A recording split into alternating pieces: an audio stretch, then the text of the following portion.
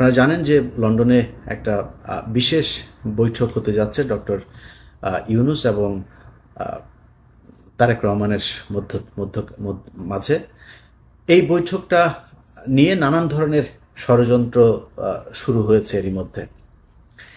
এখানে সরকারের ভেতরে একটা পক্ষ আছে, যেই পক্ষটা দুই দিকে খেলার চেষ্টা করে। এর মধ্যে সবচাইতে বড় গালসাপ হচ্ছে আসিফ নজরুল এবং মনির হায়দার। মনির হায়দার হচ্ছে পৃথিবীর সবচাইতে বড় ধরনের একটা মানে ভদ্র বাটপার যাদেরকে বলে। এই বাটপারির যদি পিএইচডি বা পোস্ট ডক্টরেট যদি করা লাগে তার কাছ থেকে করতে হবে। এত সুন্দর, এত ভদ্র নম্রভাবে আপনারা বুঝতেই পারবেন না আপনারা কি বললো। ধরেন আপনারা আমার সম্পর্কে সে একজনের কাছে বাজে কথা বলবে না, ইলিয়াস ছেলেটা কিন্তু ভালো, হ্যাঁ ছেলেটা ভালো, কিন্তু সমস্যা হচ্ছে ও মাঝে মধ্যে বিভিন্ন মেয়ে মানুষ নিয়ে তারপরে মদ খায়, মেয়েদের সাথে যখন মিলে তখন একটু মদ খায়, হ্যাঁ কিন্তু ছেলে কিন্তু ভালো। কখনো ধরেন আমার কাছে যদি আমি যাকে পছন্দ করি না আমার কাছে জিজ্ঞেস করবেন, আমি ডাইরেক্ট বলে দিই, যা বলা তারে বলে তারে দিয়ে হবে না। বিশাল গভীর জলের এক মাছ। এরা সব শেষ যখন কিনা সিটি কর্পোরেশনের এই যে গ্যাঞ্জাম হইল। আমি খুব দায়িত্ব নিয়ে বলছি, ইশরাক এই ধরনের ছেলে না যে সে, আপনি আপনারা আজ পর্যন্ত দেখেন না ইশরাকের এই চরিত্র যে জোর করে যায় তালা ভাঙবে, জোর করে যায় নিজেই শপথ নিয়ে তারপরে মেয়র হয়ে যাবে। এই চরিত্র ইশরাকের আপনি জীবনে কোনোদিন দেখেন নাই, এবার দেখেছেন। কেন দেখেছেন? এর পেছনে অনেক কারণ আছে। আমি সব কিছু আপনাদের সামনে মানে বলছিও না, ওইটা নিয়ে ভিডিও করছিও না, যেহেতু আমি এটা ওই আলোচনায় যাচ্ছি না। বাট এই বৈঠকটা হয়েছে উপদেষ্টা পরিষদের। ডক্টর ইউনূস নিজে চান নাই, মানে কেন চান নাই সেটা আবার মানে ইশরাককে পছন্দ করে না, বিএনপির কাউকে বসতে, এই জন্য না, এটা অনেক কারণ আছে। এটার মানে লিগ্যাল অনেক ব্যাপার স্যাপার আছেন। তো এগুলো মিলে উনি চান নাই যে ওই নির্বাচনটাকে কেন্দ্র করে তারপরে এই কোর্টের রায় অনুযায়ী ও বসুক, উনি চান নাই। তো সিদ্ধান্তটা সব উপদেষ্টারা মিলে নিয়েছেন। এটাকে ইশরাক এবং বিএনপির কাছে গিয়ে আসিফ নজরুল এবং মনির হায়দার এমনভাবে প্লেস করেছেন যে আপনাকে বা তোমাকে বসতে দিতে চাচ্ছে না আসিফ মাহমুদ আর হচ্ছে মাহফুজ আলম। এই দুইজন হচ্ছে তোমার শত্রু, দুই পক্ষকে মুখোমুখি করে দিল। দেখেন এখন এরা যখন জানলো যে হ্যাঁ ও আমার বসতে দিবে না, তখন হচ্ছে হ্যাঁ আমার কথা শুনবে না। বিএনপির পুরো সাংগঠনিকভাবে একদম সর্বোচ্চ জায়গা থেকে ইশরাককে ছাড়পত্র দেওয়া হয়েছে, না এটা আমাদের জিততেই হবে, এইটা দিয়েই দরকারের সরকার পতনে চলে যাব আমরা। মাঝখানে কি হইল? ওইদিকে গোয়েন্দা সংস্থাও পাম দিচ্ছে এই দুই পক্ষকেই, দিয়ে গ্যাঞ্জামটা বাধায় দিল। এমন একটা পরিস্থিতি তৈরি হলো যে ডক্টর মোহাম্মদ ইউনূস শেষে বললো আমি ইতেই থাকবো না। তো ইউনূসকে আপনি যত কিছুই বলেন, এখন আমি কালকে একটা পোস্ট করেছিলাম যে ডক্টর মোহাম্মদ ইউনূস লন্ডনে যাওয়ার পরে এই যে আপনার টোকাই পার্টি, যেটা পলাতক পার্টি এখন সেখানে নানান ধরনের ইটি করছে। সারা জীবন বিএনপির কাছে কিন্তু লন্ডনে সারা জীবন মার খেয়েছে ওইখানে, এবার তারা বিশাল আকারে। তো আমি এটা পোস্ট করেছিলাম যে বিএনপির উচিত ডক্টর মোহাম্মদ ইউনূসের ইয়েতে থাকা। তো বিএনপির অনেক মানুষজন আবার এটাকে করেছেন যে বিএনপি এখন কেন থাকবে, বা বিএনপি এই জন্যই থাকবে কারণ এই ডক্টর মোহাম্মদ ইউনূস যদি নাকি এই গত 10 মাস না থাকতো তাহলে পরিস্থিতি অন্যরকম হইতে পারতো, সেটা কাইন্ড অফ আমছালা সব যাওয়ার মতো অবস্থা হইতো। আবার স্টুডেন্টদের সাথে আপনি দুর্নীতি করছে, এই যে আপনার কি এই যে হান্নান মাসুদকে নিয়ে আলোচনা হচ্ছে, দুর্নীতি করছে তো অনেকেই দুর্নীতি করছে, করে না কে আমার এইটা বলেন, যে ওই দলের এই ব্যক্তি এই পর্যন্ত ক্ষমতায় ছিল করে নাই, করে তো। এই ছেলের তো আপনার জুলাইতে তার যে অবদান এটা ভুলে যেতে পারবেন না। তো এই জায়গায় রেসপেক্ট রাখতে হবে।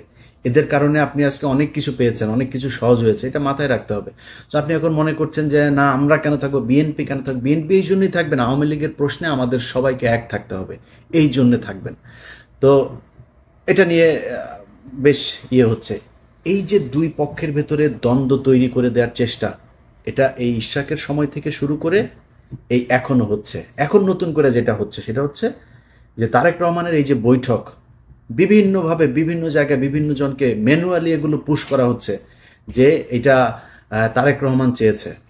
দুই একটা মানে এই সোশ্যাল মিডিয়াতেও চলে এসছে যে তারেক রহমান চেয়েছে, গণমাধ্যমেও দুই এক জায়গায় দেওয়া হয়েছে এইভাবে যে তারেক রহমান চায় এই বৈঠক হোক। তারেক রহমান এই বৈঠক হোক এটা চায় নাই। আমি একদম দায়িত্ব নিয়ে বলছি, তারেক রহমানকে অনেকভাবে রিকোয়েস্ট করে তাকে রাজি করানো হয়েছে। স্থায়ী কমিটির সদস্যের বিভিন্ন জনের কাছ থেকে একাধিক উপদেষ্টা গিয়ে তারপর তারেক রহমানকে রাজি করানো হয়েছে, তারপরে তারেক রহমান রাজি হয়েছে। এখন তারেক রহমান রাজি হয়েছে, তারেক রহমান রাজি না হইলে খুব ভালো হইতো, তারেক রহমানকে আমি ভালো বলতাম। নো, তারেক রহমান যে রাজি হয়েছে এটাই ঠিক করেছে। এবং যারা প্রপোজাল দিয়েছে, উপদেষ্টারা হোক, ডক্টর ইউনূস হোক, যারা প্রপোজাল দিয়েছে ভাই ছোট হয়ে যায়নি তারা। আমি মনে করি যারা প্রপোজাল দিয়েছে তাদের পক্ষেই থাকা উচিত, সেই ভালো কাজ করেছে। কারণ বিএনপি এবং ডক্টর মোহাম্মদ ইউনূস এই দুইটার মাঝখানে ফাটল তৈরি হলে তৃতীয় পক্ষ এখানে ঢুকবেন, অথবা আমরা সেটা চাই না। এবং তারেক রহমানকে কালার করার জন্য বা ছোট করার জন্য, তারেক রহমানকে একটু মানে ইগো করে দেওয়ার জন্য, একটু অ্যারোগেন্ট করে দেওয়ার জন্য যে চেষ্টাটা চলছে, আমি মনে করি এই চেষ্টাটা সফল হয় নাই। যে কারণেই বৈঠকটা হচ্ছে এবং আমার মনে হয় ফলপ্রসূ একটা, এই গেল কয়েকদিনে আমাদের যে সংকট ছিল সেই সংকটগুলো আর থাকবে না। তো আমার দুই পক্ষের কাছে অনুরোধ থাকবে যে ভাই, কেউ যদি নাকি বৈঠকের জন্য অফার করে, আবার আর কেউ যদি সেটা অ্যাকসেপ্টও করে, কেউই ছোট হয়ে যায়নি। একটা দেশ চালাইতে গেলেই ডক্টর মোহাম্মদ ইউনূস এখন সরকার প্রধান, তার সাথে যারা নির্বাচন করতে চায় তাদের বৈঠক হওয়া অপমানের কিছু না, এটা হইতেই পারে। কিন্তু যারা করতে চাচ্ছে বিষয়গুলো, যে তারেক রহমান খুব অসহায়, তারেক রহমানের একদম মানে ইচ্ছা হচ্ছে যে এখন তারেক রহমান এই করতেই চায়, এরকম এটা বলে যারা তারেক রহমানকে ছোট করার চেষ্টা করছে বা বৈঠকটা বাতিল করার চেষ্টা করছে, আমার মনে হয় তাদের এই কুয়াশাটা হবে না, মানে সফল হবে না। এবং হয় নাই দেখি বৈঠকটা হইতে যাচ্ছে। আমরা বিশ্বাস করি এই বৈঠকে সামনে নির্বাচন নিয়েও দুই পক্ষের মধ্যেই একটা নমনীয় থাকবে, দুই পক্ষই ছাড় দেবে। এবং ডক্টর মোহাম্মদ ইউনূসেরও আমি মনে করি তিনি সম্মানিত একজন মানুষ, তিনারও অহেতুক নির্বাচনটা খুব বেশি পিছিয়ে নিয়ে যাওয়ার কোনো কারণ আছে বলে আমি মনে করি না। নির্বাচনটা হয়ে যাওয়া উচিত। এনসিপি যদি চায় যে নির্বাচন করবে, ডক্টর মোহাম্মদ ইউনূস যদি সেটার প্রধান হিসাবেও থাকতে চায়, নির্বাচন করুক। বাংলাদেশের মানুষ তাদেরকে যদি চায় তারা আসবে, বিএনপিকে চাইলে বিএনপি আসবে।